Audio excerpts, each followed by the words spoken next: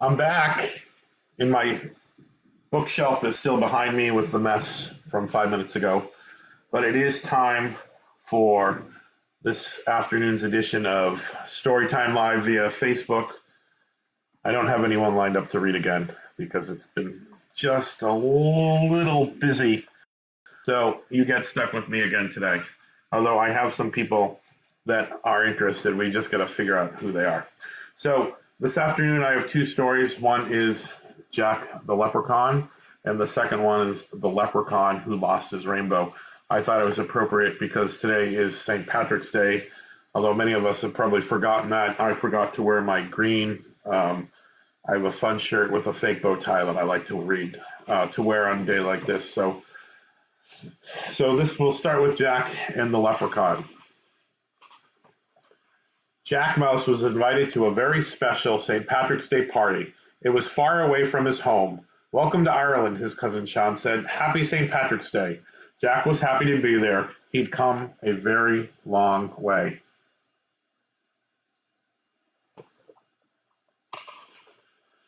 There will be music, dancing, lots of food at St. Patrick's Day party, said Sean, and there will be plenty of new things to see and do.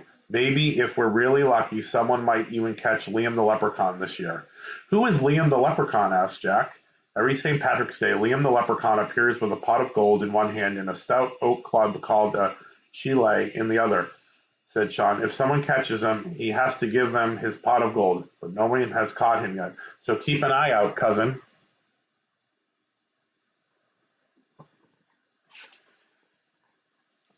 When they got to the house, Aunt Brid and Uncle Fergal were very happy to see Jack, and so were all his cousins. "Seed me fillet," they cried. "That's Gaelic for 100,000 welcomes," explained Aunt Brid. "Gaelic is the oldest language in Ireland." "Oh," said Jack. "Thank you." I apologize to anyone who is good in Gaelic. I am not, and I am butchering these words very, very much. "We have a very important job for our very important guest," Aunt Brid said. "We need you to fill this basket with shamrocks. The three-leaf shamrock plant is the symbol of St. Patrick himself, and we couldn't have a party without him." Jack went into the woods to look for shamrocks. He looked and looked, but he didn't see any shamrocks at all. They must be around here somewhere, thought Jack. He went deeper and deeper into the woods. The woods got thicker. The woods got darker. Jack was about to give up when he looked at the ground and saw shamrocks everywhere. He would have his basket filled in no time. "Tee-hee-hee-hee, to-ho-ho-ho!" "What was that?" asked Jack. He looked around, but he didn't see anything.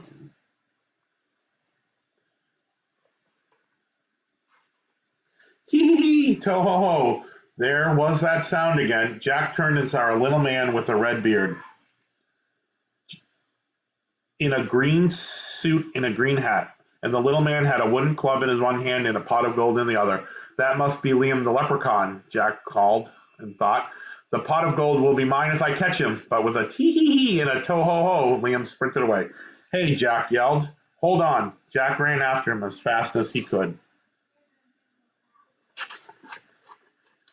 Jack chased Liam the Leprechaun out of the woods. He chased him across the fields, over the streams, and all the way back to the village. Jack jumped over a wall, and suddenly, what's going to happen? He's probably going to fall down. Crash! He ran smack into someone, but it wasn't Liam the Leprechaun. "Uncle Fergal," said Jack. "Well, of course it's me," Uncle Fergal said. "Where are you off to when there's a party waiting at home?" "I was trying to catch a leprechaun," Jack said. "Leprechauns, faith in Baraga," Uncle Fergal said. "Don't you have better things to do today than chase an imaginary creature? Don't you even know that today is? It's St. Patrick's Day. March 17th is the day of the biggest celebration of Ireland," continued Uncle Fergal. "Now enough of this foolishness. Come with me." "But," Jack began. Uncle Fergal didn't even hear him.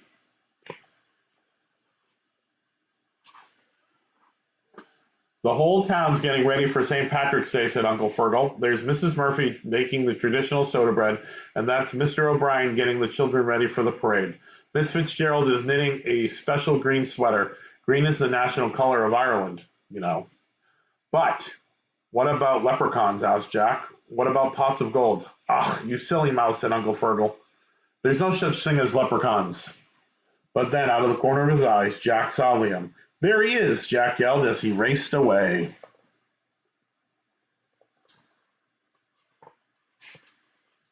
Tee-hee, to-ho-ho, sang Liam the leprechaun, and then suddenly Liam tripped and fell. Gotcha, said Jack as he grabbed Liam's arm, but the leprechaun just laughed. Why, Jack, don't you recognize your own cousin? Jack looked closer. It wasn't Liam at all. It was his cousin Sean. Before he knew it, Jack was laughing too. Suddenly, Sean stopped laughing. We're late for the party, he said, and I still have to get the shamrocks, Jack said. Let's go. Off they ran, picking as many shamrocks as they could along the way.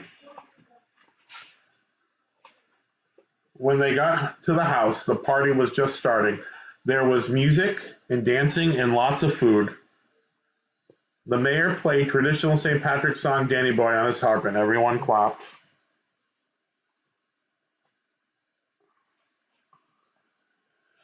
Just before the sun went down, there was a knock at the door. There, on the front steps, was a surprise. It was the next best thing to a pot of gold.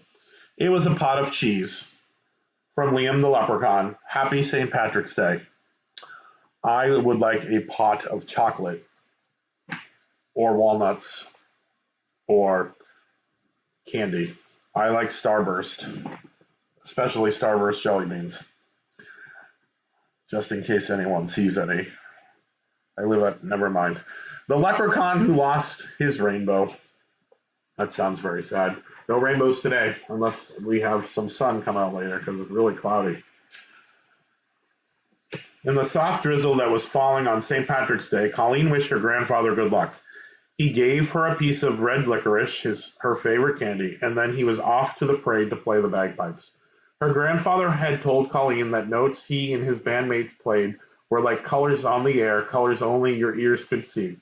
Playing music is like building a rainbow, he said. A little man I once knew taught me that. It's probably a leprechaun. Her mom and dad were going to watch the parade from the window, but Colleen sat on the porch under her yellow umbrella. What if it rained so much that everyone went home and no one heard her grandfather's bagpipes? That would be a shame. His once so beautiful and so sad it made people smile and cry at once. To pass the time, she played a song on her green penny whistle, which had a tiny shamrock printed on it. Her grandfather had brought it all the way from Ireland. It was her favorite thing in all the world, and she never let anyone touch it. When she finished the tune, she took a bite of her licorice. Just then, a little man appeared on the top step. It was a leprechaun. I like your penny whistle, the little man said. You play very well. Colleen started to say thank you when suddenly the leprechaun jumped into the air and took the licorice stick right out of her mouth. He dropped it into his hat. Thank you, he said. I'll be needing that. Or my name's not Roy G. Biv. It's just a shade of red I'm looking for. I know Roy G. Biv. Colleen was shocked. What are you doing? She shouted. Give me my candy. Sounds like me when someone takes my ice cream. The leprechaun frowned. Your grandfather was much more helpful. You know my grandfather? Colleen asked.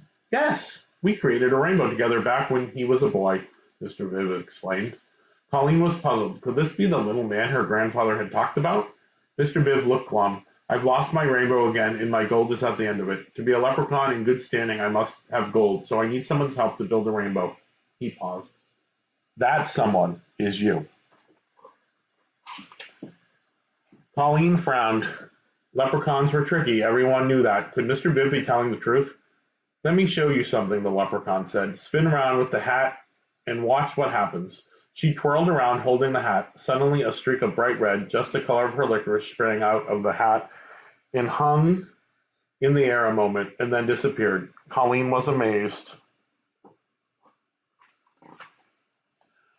See, Mr. Biv? We're starting to make a rainbow, and there's a rainbow the sun will come out and shine on the parade.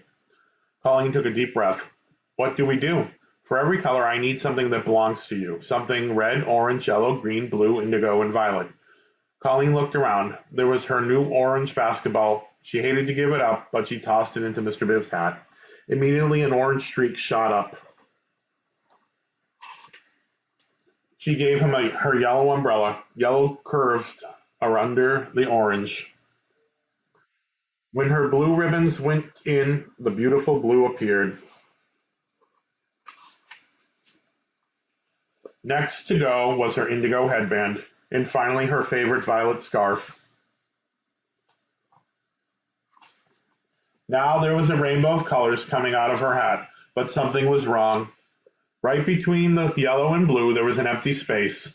Colleen knew which color was missing. Yes, we need green, Mr. Biv said, and not just any green, Colleen. It's a very hard color to find, which is why rainbows are so rare. It was raining harder. The parade goers were starting to leave. Colleen was nervous. What would the leprechaun want? You're going to have to make one more sacrifice, lass, Mr. Biv said. I'm going to need your penny whistle with the shamrock on it. The green is the last perfect color I need for my rainbow. Colleen started to cry. No, she said, clutching her precious penny whistle. My grandfather gave it to me. But Colleen, dear, if you give me the penny whistle, you and I can make the sun shine on this parade and your grandfather, said Mr. Biv, pleading. Colleen held the penny whistle to her lips and blew one last sad note. She paused and then dropped the penny whistle into the leprechaun hat. In a flash, the rain stopped, the sun burst through the clouds, and a rainbow, complete with the most beautiful shade of green ever, spread across the sky. The parade goers gazed up in wonder, and Colleen's grandfather began to play the bagpipes. The music was so beautiful and sad that people smiled and cried at once. Nobody noticed that a pot of gold had appeared at the end of the rainbow right on Colleen's front lawn. I wish a pot of gold would show up on my front lawn. Roy G. Biv dug his hand into the pot of gold and pulled out a flute that looked just like Colleen's penny whistle. But this wasn't a toy flute, it was a real one, made of silver, and there was a shamrock on it just like Colleen's, only this one was made of emeralds. Thanks for sharing with me, Mr. Biv said as he handed Colleen the flute, and with that he and his pot of gold were gone. Colleen's grandfather stood in the front of her. Who was that you were talking with? He asked. Roy G. Biv. He's a leprechaun. I thought I recognized him, her grandfather said. He gave me this flute, Grandpa. Ah, 'tis a nice one. Silver, just like my bagpipes. What do you say we play a tune? So together they played When Irish Eyes Are Smiling. The colors danced in the air. And that's the end. I hope you enjoyed story time today. We plan on being back tomorrow. Maybe someone new in my chair, maybe someone not, maybe me wearing a disguise, I don't know.